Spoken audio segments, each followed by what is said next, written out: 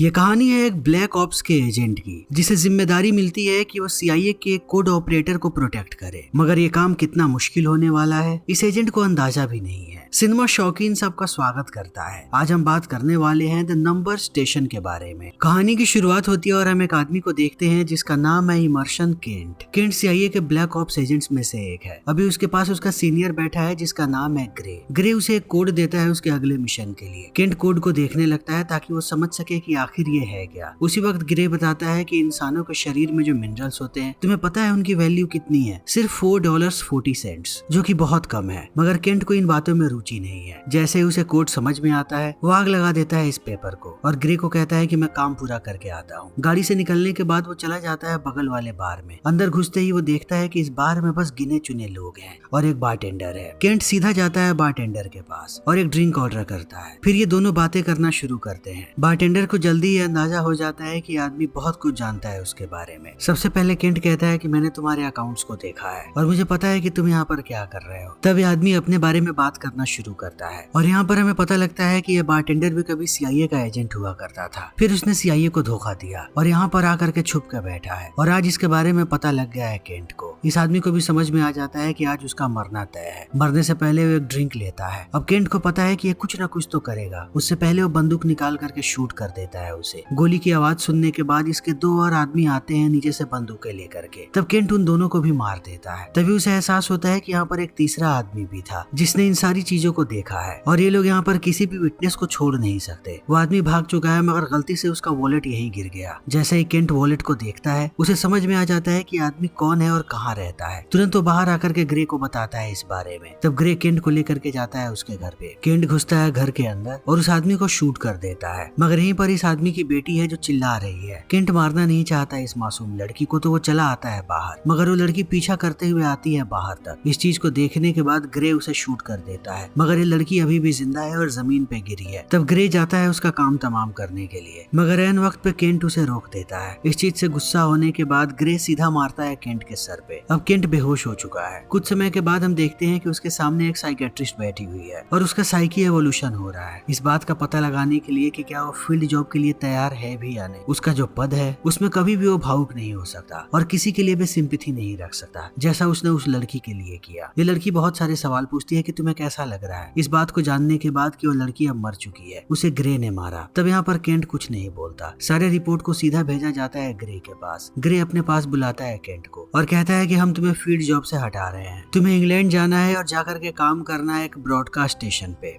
सिर्फ एक यही तरीका है जिससे मैं तुम्हें सस्पेंड होने से बचा सकता हूँ। केंट भी मान जाता है और निकल पड़ता है कंट्री साइड के लिए। अब 2 महीने का वक्त बीत चुका है। 2 महीने से केंट यहीं पर काम कर रहा है। वो दिन भर स्टेशन के अंदर ही रहता है। धीरे धीरे उसकी मानसिक स्थिति खराब हो रही है। मगर वो यहाँ पर अकेला नहीं है। यहीं पर एक लड़की है जिसका नाम है कैथरीन। वो कोड ऑपरेटर है। आज अपना काम करने के बाद ये दोनों हमेशा की तरह एक साथ बाहर आते हैं और गाड़ी में बैठ करके जाने लगते हैं। तब कैथरीन बताती है कि जल्दी ही उसका कॉन्ट्रैक्ट खत्म होने वाला है। अब वो कंफ्यूज है कि उसे क्या करना चाहिए। वो एक सॉफ्टवेयर डेवलपर बनना चाहती थी, मगर यहाँ पर वो काम करने लगी और वो सोच रही है कि वो अपने कॉन्ट्रैक्ट को रिन्यू करवा ले, क्योंकि देश के लिए काम करना उसके लिए फक्र की बात है। वो केंट से कहती है कि तुम क्या करने वाले हो, तुम्हारी प्लानिंग क्या है फ्यूचर को लेकर के। केंट कहता है कि मुझे और कुछ नहीं आता, मैं जो कर रहा हूँ मैं इसी काम में माहिर हूँ और हमेशा से मैं यही करते आ रहा हूँ, मुझे यही करना है। ये दोनों ऐसे ही मजाक करते रहते हैं, जिस चीज को देखने के बाद हमें पता लगता है कि कहीं ना कहीं ये दोनों एक दूसरे को पसंद करते हैं। कुछ देर के बाद ये लोग पहुंच जाते हैं ट्रेन स्टेशन पे। केंट कैथरीन को छोड़ देता है ट्रेन तक ताकि वो घर जा सके और वो चला आता है शहर की तरफ। यहाँ आने के बाद वो कॉफी पीता है और पहुंचता है सीधा अपने घर पे। मगर हर रोज सोने से पहले वो शराब पीता है। वो अभी भी डिप्रेशन में है उस चीज को सोच करके कि उसकी वजह से एक लड़की की मौत हो गई। जब भी वो अपनी आंखें बंद करता है उसे वही लड़की नजर आती है। अगले दिन वो जाता है फिर से कैथरीन को पिक करने के लिए, तो देखता है कि वो ट्रेन में कहीं भी नजर नहीं आ रही। तभी कैथरीन दूसरी तरफ से आती है, यानी कि वो मजाक कर रही थी केंट के साथ। ये दोनों आने लगते हैं एक साथ। मगर जैसे ही स्टेशन के आगे ये लोग आते हैं, केंट को समझ में आ जाता है कि आज कुछ ना कुछ तो गड़बड़ है। फिर भी वो अपनी गाड़ी का दरवाजा खोल करके बाहर आता है। तभी एक स्नाइपर गोली चलाता है उसके ऊपर। अब अंधाधुंध गोलियां चलने लगती हैं। केंट को ये बात पता है कि अगर ये लोग गाड़ी में रहे तो जल्दी ही मारे जाएंगे। इनके लिए सबसे सुरक्षित जगह है स्टेशन। वो तुरंत कैथरीन को लेकर के आता है दरवाजे तक और ये दोनों अंदर आ जाते हैं। मगर अंदर भी किलर्स मौजूद है। इस चीज को देखने के बाद अब कैथरीन बहुत ही ज्यादा डरी हुई है। मगर केंट उसे कहता है कि तुम्हें कुछ नहीं होगा। वो कैथरीन को एक जगह पे छुपा देता है और जाने लगता है सबको ढूंढने के लिए। थोड़ी दूर आने के बाद उसे एक किलर नजर आता है जिस पर वो गोली चलाता है, मगर अब वो दोबारा छुप चुका है। केंट अपने दिमाग का इस्तेमाल करता है कि वो इस बिल्डिंग को सबसे अच्छे तरीके से जानता है। शायद किलर्स यहाँ पर पहली बार आए हैं। वो पीछे से आने की कोशिश करता है इस जगह पे। तभी वो किलर पहुंच जाता है कैथरीन के पास। उसके हाथों को देखने के बाद वो जोर से चिल्लाती है और इस आवाज को सुनने के बाद किलर डिस्ट्रैक्ट हो जाता है और इसी वक्त पे यहाँ पे केंट भी पहुंच जाता है। आते ही वो शूट कर देता है उसे। फिर जाता है कैथरीन के पास। कैथरीन की हालत बहुत ही ज्यादा खराब है। उसने पहली बार गोलीबारी देखी है। वो कहती है कि शायद ये लोग यहाँ पर कोड के लिए आए हैं। केंट कहता है कि तुम चिंता मत करो, उन्हें कुछ नहीं मिलेगा, मैं जल्दी यहाँ पर मदद बुला रहा हूँ। वो तुरंत कॉल करता है CIA के हेडक्वार्टर में और उन्हें पूरी बात बताता है। वो लोग वहाँ से कहते हैं कि 4 घंटे लगेंगे हमें वहाँ पर पहुँचने में, लेकिन ये लोग ये भी बताते हैं कि कोड कंप्रोमाइज हो चुका है, यानी कि अब केंट को मारना पड़ेगा कैथरीन को। इन बातों को सुनने के बाद केंट हिल जाता है और कैथरीन को कुछ भी नहीं बताता इसके बारे में। ये लोग आने लगते हैं और अंदर तब इन्हें पता लगता है कि गुंडों ने यहाँ पर ड्रिलिंग करने की कोशिश की थी ताकि वो लोग स्टेशन के अंदर घुस सके। जब ये लोग सारे कैमरे को चेक करते हैं तब भी इन्हें कुछ भी नजर नहीं आता है यहाँ पर, क्योंकि पहले उन लोगों ने कैमरे को बंद कर दिया था, मगर वॉइस रिकॉर्डिंग अभी भी चालू है। जब वो लोग सारे ऑडियो को सुनते हैं तब इन्हें पता लगता है कि इन गुंडों का एक मुखिया है जिसका नाम है मैक्स। वो अंदर आया था। यहाँ पर जो ऑपरेटर था उसे उसने धमकाया कि जो फीमेल ऑपरेटर है उसे वो मार देगा अगर इसने उनकी मदद नहीं की तो। तब वो आदमी मान गया, मगर अंदर आने के बाद उन लोगों ने उसे भी पीटा और उससे डील करने लगे कि अगर उसे जिंदा रहना है तो कोड देना पड़ेगा, मगर वो एजेंट कोड नहीं दे रहा था। इसी बीच केंट की नजर पड़ती है कैथरीन पे। वो देखता है कि कैथरीन भी घायल है। वो उसके जख्मों का उपचार करने लगता है। एक मेटल घुस गया है उसके पैर के अंदर। केंट उसका इलाज करते हुए जैसे ही मेटल को बाहर निकालता है कैथरीन बेहोश हो जाती है। तब वो टांके लगाता है उसके पैर पर और ले जाकर के सुला देता है अंदर। बाहर आने के बाद वो इन सारी चीजों के बारे में सोच रहा है कि अब उसे क्या करना चाहिए। तभी CIA वालों का कॉल आता है और वो लोग कहते हैं कि तुम्हारे पास सिर्फ 2 घंटे का वक्त बचा है, कैथरीन को जितनी जल्दी हो सके खत्म करो, 2 घंटे में हम वहाँ पर पहुंच रहे हैं। तब केंट एक बार फिर से सोच में पड़ जाता है। दूसरी तरफ हम कैथरीन को देखते हैं जिसकी आंख खुल चुकी है। उसे लगता है कि केंट उसे छोड़ करके भाग गया।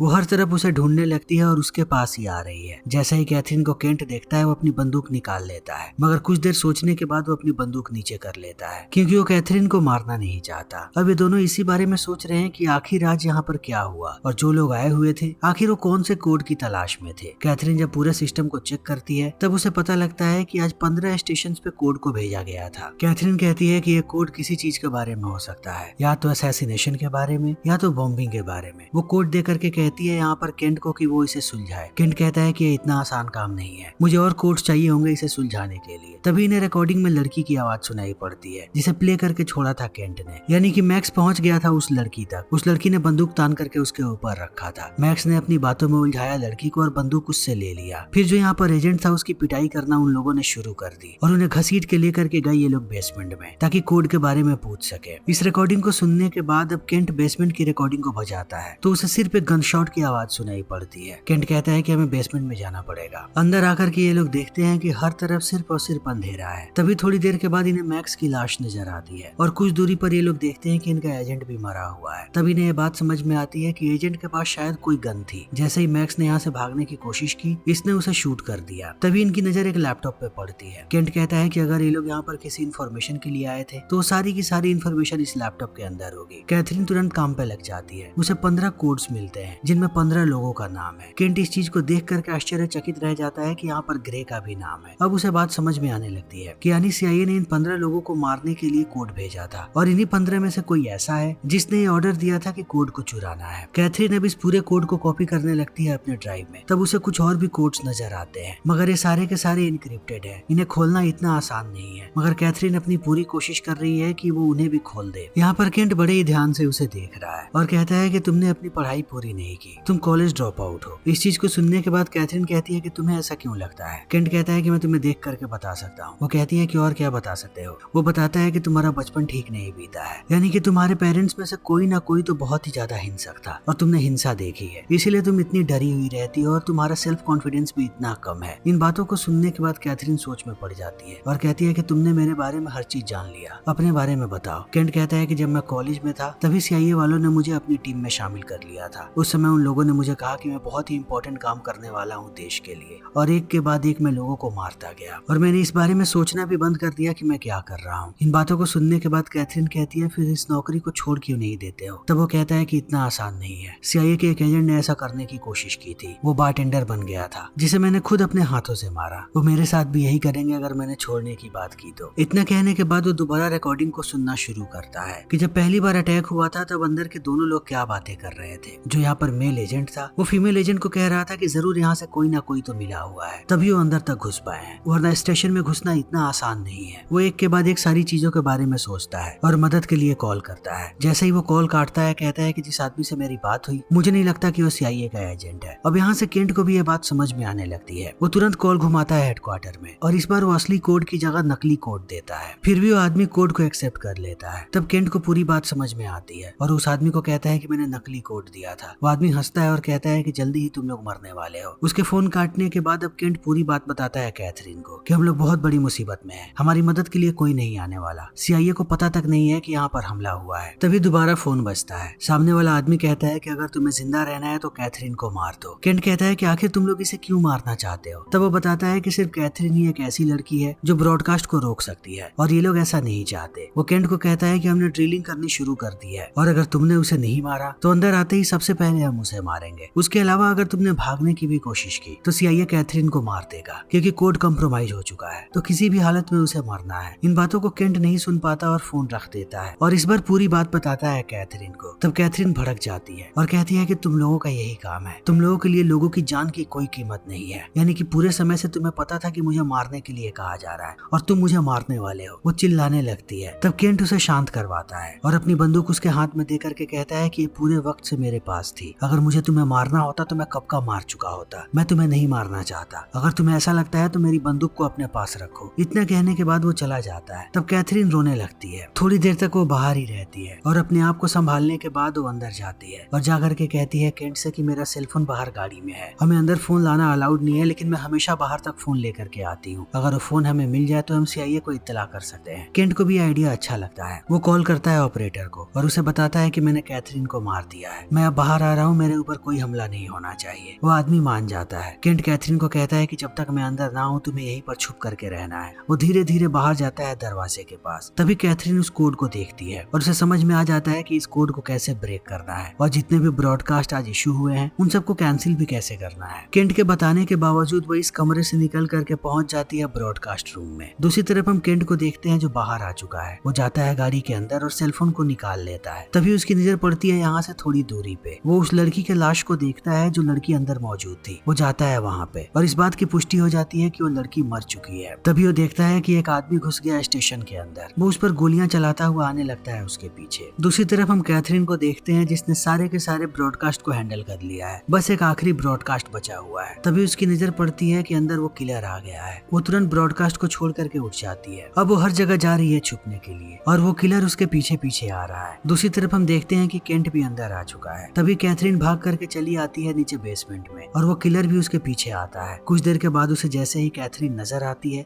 वो उसके ऊपर निशाना लगाने लगता है और गोली चला देता है। जैसे ही गोली चलती है इसकी आवाज को सुनने के बाद केंट चला आता है अंदर। इन दोनों के बीच लड़ाई हो रही है। दोनों की बंदूकें नीचे गिर चुकी है और ये दोनों एक दूसरे को मारने की कोशिश कर रहे हैं। एक वक्त के बाद हम देखते हैं कि वो किलर भारी पड़ रहा है केंट पे, मगर केंट अपने दिमाग का इस्तेमाल करके बंदूक उठाता है और शूट कर देता है किलर को। फिर भागता हुआ जाता है कैथरीन के पास तो देखता है कि उसे गोली लगी है। वो लेकर के आता है उसे अंदर ताकि उसका उपचार कर सके। तब कैथरीन उसे आखिरी कोड बताती है और कहती है कि किसी भी तरीके से आखिरी ब्रॉडकास्ट को रोको, मगर केंट उन बातों पे ध्यान नहीं दे रहा। उसे सिर्फ कैथरीन की जान बचानी है। तब कैथरीन उससे कहती है कि आखिरी कोड को जा करके इशू करो। इतने कहने के बाद वो बेहोश हो जाती है। केंट बाहर जाता है और आखिरी कोड को भी इशू कर देता है। वापस आने के बाद वो हर तरफ बॉम्ब लगाने लगता है और उसके फोन का इस्तेमाल करके सीधा कॉल करता है ग्रे को। उसे कहता है कि मैंने सारे कोड्स को हैंडल कर लिया है, कैथरीन मारी जा चुकी है। इतना कहने के बाद वो वापस आता है और कैथरीन के सारे ज्वेलरी को फेंक देता है नीचे। वो हर तरफ बॉम्ब लगा रहा है। बॉम्ब लगाने के बाद वो कैथरीन को लेकर के चला आता है बाहर। उसके बाहर आते ही पूरा का पूरा स्टेशन ब्लास्ट हो जाता है। वो जंगल से होकर के आता है रोड तक। जैसे ही उसे एक गाड़ी नजर आती है वो ड्राइवर पे बंदूक तान करके कहता है कि मुझे तुम्हारी मदद चाहिए, ये लड़की बहुत ही ज्यादा घायल है, मुझे इसे लेकर के हॉस्पिटल तक जाना है। मगर जैसे ही वो आदमी मुंह खोलता है केंट को एहसास होता है कि ये वही आदमी है जो ऑपरेटर बन करके उससे बात कर रहा था। तब केंट उस पे बंदूक तान देता है और कहता है कि तुम कौन हो और आखिर ये सब क्या चल रहा है। वो आदमी बताता है कि एक वक्त था जब वो भी CIA एजेंट हुआ करता था, मगर अब वो CIA के लिए नहीं बल्कि बाकी लोगों के लिए काम करता है। अब यहाँ पर हमें पूरी बात पता लगती है। जिन 15 लोगों का नाम आज इशू किया गया था वो सारे के सारे CIA एजेंट्स हैं जिनकी कोई गलती नहीं है, मगर ये लोग फेक कोड इशू कर रहे थे ताकि उन 15 लोगों को मार दिया जाए। मगर कैथरीन ने इन सारी चीजों पर पानी फेर दिया। उसने सारे के सारे कोड्स को कैंसिल कर दिया, इसीलिए वो लोग कैथरीन को मारना चाह रहे थे। ये आदमी कहता है कि CIA वाले किसी के सगे नहीं है, वो अपने सारे एम्प्लॉइज को दिमाग से कमजोर कर देते हैं और उन्हें डिप्रेशन में डाल देते हैं। एक वक्त के बाद वो इतने कमजोर हो जाते हैं कि खुद अपनी जिंदगी नहीं जी पाते और जैसे ही वो निश्चय करते हैं कि उन्हें CIA को छोड़ना है, वो उन्हें मार देते हैं। केंट भी इन सारी चीजों को महसूस कर पा रहा है कि आदमी सच बोल रहा है और इसने CIA को क्यों छोड़ा, मगर वो नहीं चाहता कि CIA के इतने एजेंट्स मारे जाए। जब इनकी बातें चल रही होती है तभी आदमी धीरे धीरे अपनी बंदूक निकालता है और एक वक्त के बाद ये दोनों एक दूसरे पर गोली चलाते हैं। गोली आकर के केंट के कंधे में लगी है, मगर वो अभी भी ठीक है। वो अपने आप को संभाल करके आता है इस आदमी के पास और उसे मार गिराता है और कार लेकर के निकल पड़ता है कैथरीन की जान बचाने के लिए। मगर कुछ देर के बाद उसकी कार जाकर के टकरा जाती है दूसरी गाड़ी से। वो बेहोश हो जाता है। जब उसकी आंख खुलती है तो अपने आप को एक हॉस्पिटल में पाता है। वो भाग करके जाता है उस कमरे में जहाँ पर कैथरीन है। वो देखता है कि कैथरीन अभी भी जिंदा है। तब वो आकर के बैठ जाता है उसके पास। तभी यहाँ पर ग्रे आता है। जैसे ही वो देखता है कि कैथरीन अभी भी जिंदा है, उसके होश उड़ जाते हैं। वो केंट की तरफ देख करके कहता है कि तुमने ये क्या किया, ये लड़की एक लाइबिलिटी है, हम इसे जिंदा नहीं छोड़ सकते। केंट कहता है कि इस लड़की की वजह से ही आज मैं जिंदा हूँ। वो उसे पेन ड्राइव देता है जिस पेन ड्राइव में सारे डेटा को कैथरीन ने कॉपी किया था और ग्रे को कहता है कि हम दोनों ये जगह छोड़ करके जा रहे हैं। ग्रे कहता है कि ये पॉसिबल नहीं है। केंट कहता है कि तुम्हें 2 बॉडीज मिलेंगी उस स्टेशन के अंदर और ये तुम्हारी जिम्मेदारी है कि तुम सबको बताओगे कि वो डेड बॉडी हमारी है, ताकि हमारे पीछे कोई ना आए। ग्रे थोड़ी देर सोचता है और मान जाता है और कहता है कि तुम्हारे पास 10 दिनों का वक्त है, इस कंट्री को छोड़ करके कहीं और चले जाओ। इतना कहने के बाद वो चला जाता है। केंट आकर के बैठता है कैथरीन के पास। वो अपनी आंख खोलती है और केंट को देखने के बाद मुस्कुराती है। फिर इसी के साथ ये फिल्म यहीं पर खत्म हो जाती है। तो दोस्तों, अगर आपको हमारी ये वीडियो पसंद आई हो तो इसे लाइक करें, शेयर करें और चैनल को सब्सक्राइब करें। Thank you.